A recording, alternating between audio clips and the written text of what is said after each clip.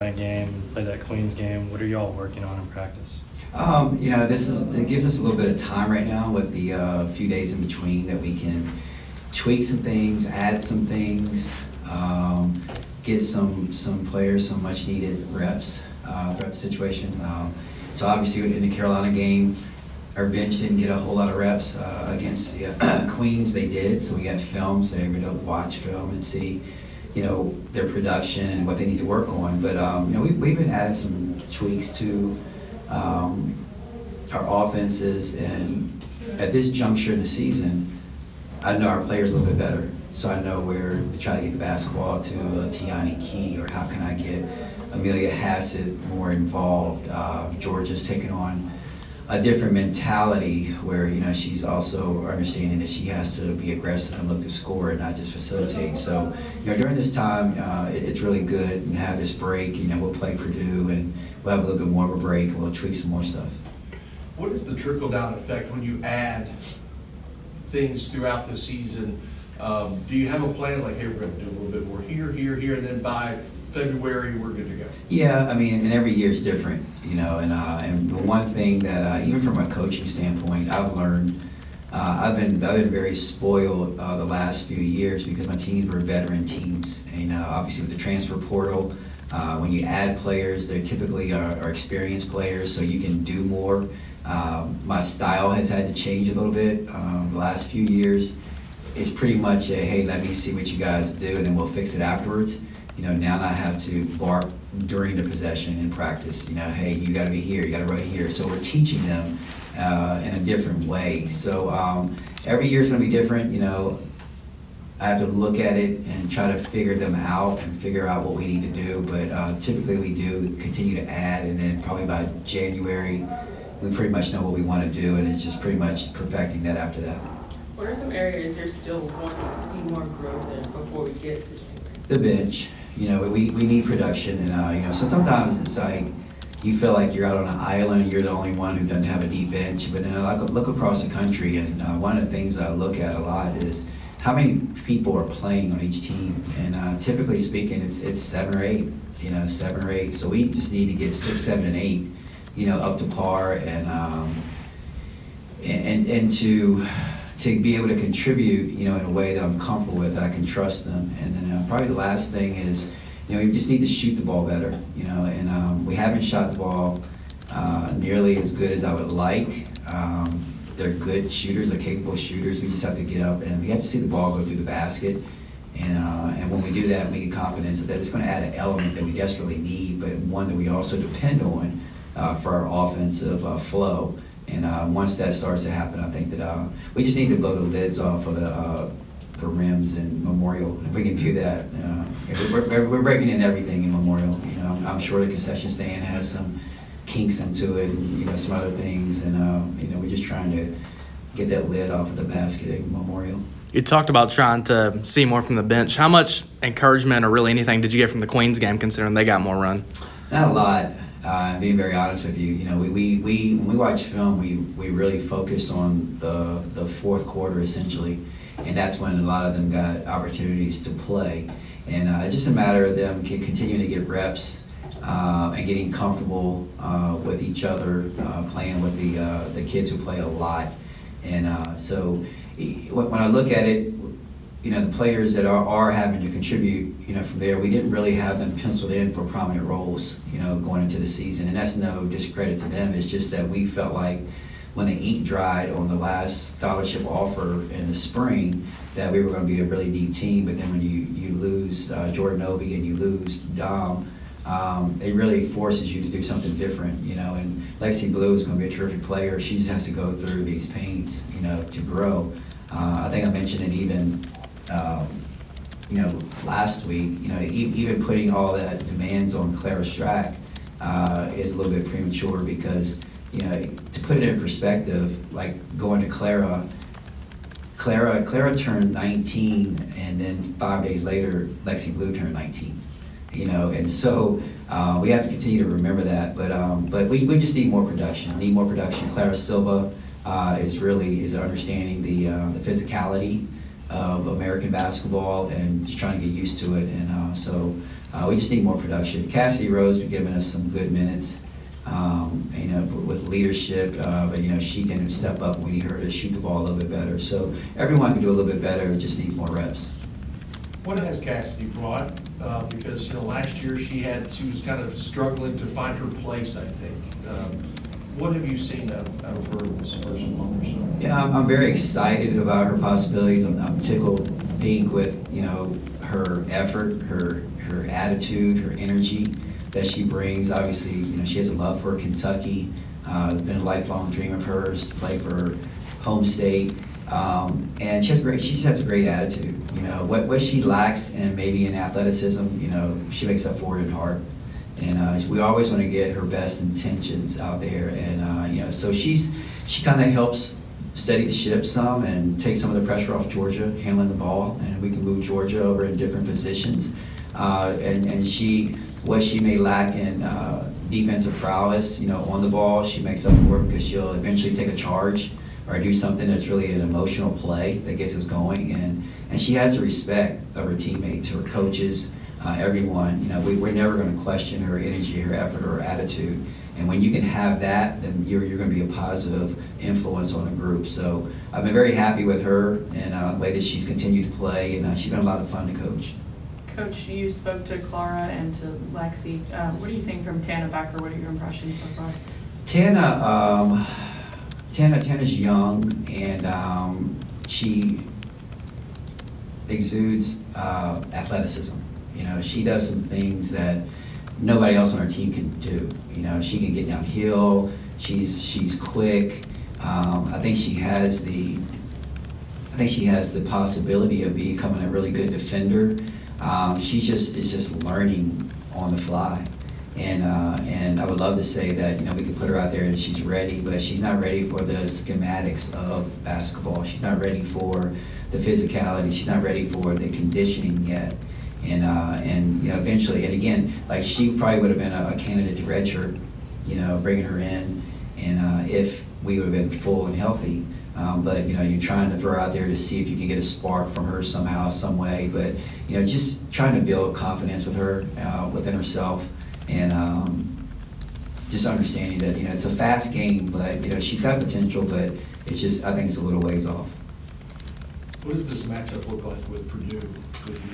Yeah, Purdue, they're experienced in a lot of different ways.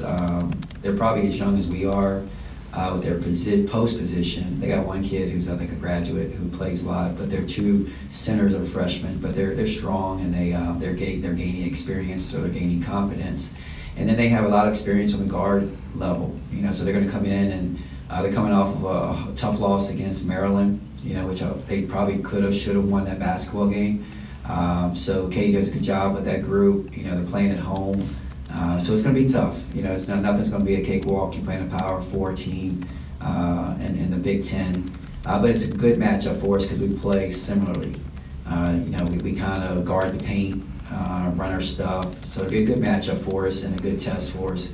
And anytime you can go on the road and have an opportunity to win a basketball game, you're going to gain some valuable experience, and that's something that we definitely need right now.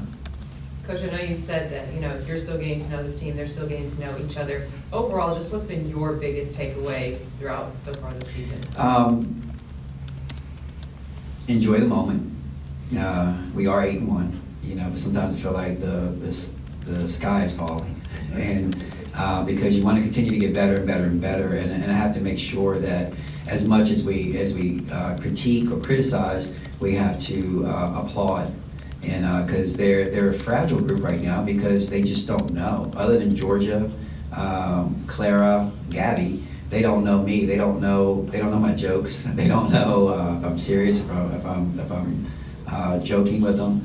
So they're all learning, and some of them, they just need to be patted on the back a little bit to have some reassurance that they are doing well, that they're doing what we want them to do, and then they can build confidence from there. But the one thing that I can never say is that they don't try. They don't give me their best effort. They play hard. They're good to be around. They're fun. It's a family type atmosphere. I had a few of them come over the other day and bake cookies, at the house, so it's a family type atmosphere, and they just need to understand how good they can possibly be. And they can win any game on any given night, and they can lose any game on any given night. So they need to make sure that they're focused and have some consistency with their production. We saw some pictures of gingerbread house building. Was that a part of that moment? You know what? It's you put a team together so quickly, and credit to my staff. The way that we went out and we recruited. I've said it before. You don't always want to get the best player. You want to get the right player. And we built this team that way, and they're developing their camaraderie, their friendship, and so they had a little Christmas party the other day just for them. There's a Secret Santa and all that kind of stuff, and all of them came out, and the sentiment after it is that they know each other so well. The gifts that they got, really went with the person. And when you hear stuff like that as a coach, that's the organic part of, okay, they're starting to build chemistry. And, they got competitive with the gingerbread. I don't know which group won, but they were very excited that they won, and so it meant something to them. But the biggest thing for me, I wasn't there at the party. They did it all themselves. They had fun. But when you have like 4 or 5 of them, and especially some that were with me last year, say that the party was so much fun. Everybody knew each other. They got each other gifts that were relative. They just didn't go somewhere and grab something the first thing they saw and just said, I'm gonna give it to them. It kind of meant something. So that, to me, that means that they're going in the right direction. And we might not be there right now, but it's headed in that way. With a team that has still gelling and learning some things, how nice has it been to have so many home games? And what do you think they learned from Chapel Hill? The home games is great, and I was very impressed with the crowd the other night. What was it, a Monday night against a team that probably not a lot of people had heard of, and they showed up, and it was really good. So I think it's something that we're building. But it is good to get away a little bit. It is good to get away a little bit so that people miss you. Maybe that's why they showed out that night, is because they missed us a little bit. But it also, you can build character.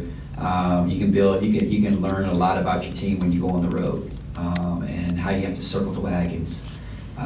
Funny story with the old expressions of circling the wagons.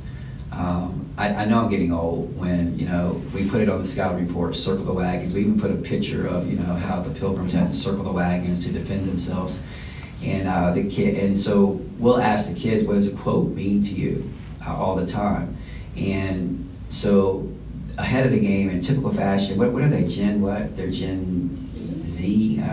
Typical fashion, what do? They went to AI. And they put the picture in, and it came back, and it told them what it was. And I'm like, that is cheating. It's not. But that's the way that they learn. That's the way that they learn. But they're understanding. You go on the road, man, and you're by yourself. Your friends, your family, and your team. That's all that's going to be rooting for you. And I think we learned a valuable lesson. Because that was our first true away game, and so they understand that it's got to be a little bit more focused. You got to have a little bit different energy, and things don't go well. You can't always just wait for the crowd to pump you up when you do something right. You got to regroup when things aren't going well, and the other team's crowd is pumping them up. So it's a learning process, but I think that was a valuable lesson, and then we'll be able to carry that over. 1 or 2 more.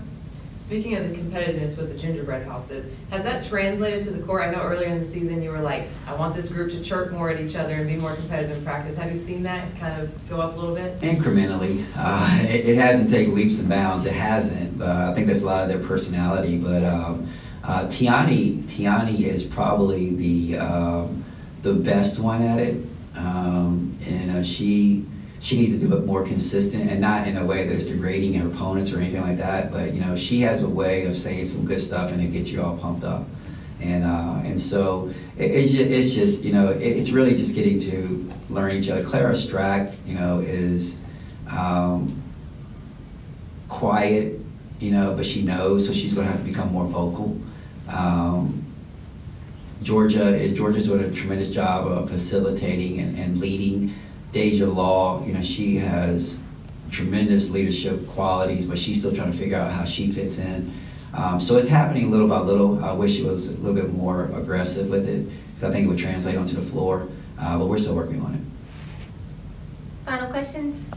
Okay, so the other night you ran a lineup of Deja, Lexi, and then Amelia, Tiani, and Strack. Just do you expect to maybe run that kind of lineup more? Maybe give Georgia some more rest, or if she's in foul trouble. Yeah, and a lot of the other night, it was preparation for if Georgia's not available, and a little combination too of, we sometimes I like to give her a break, Georgia, right around the media. If there's a dead ball situation, 20 seconds, before, then I can steal a minute or maybe 2 minutes of real time, where her sitting down and resting and be able to regroup. We'll be able to do that. But in order to do that, Georgia is such my security blanket. Whether she's playing well or not, I know she's going to run the team the right way. And so that was an experiment to see if Deja Law could do it out there. And because normally I would just put Cassidy in and let's roll with it. But just trying to prep for the unforeseen circumstances that would happen, and then you have to have somebody to play that position in an emergency situation. And so that was a lot of that, tweaking that, getting Lexi first person off the bench. I think she played 21 minutes or so. And so she got very valuable film. She did some good things. She did some things that she knows she can do better. But she's going to have to be able to contribute for us in order for us to be successful throughout the year. Thanks, y'all. Thanks, Coach. Thank you, guys. Thank you.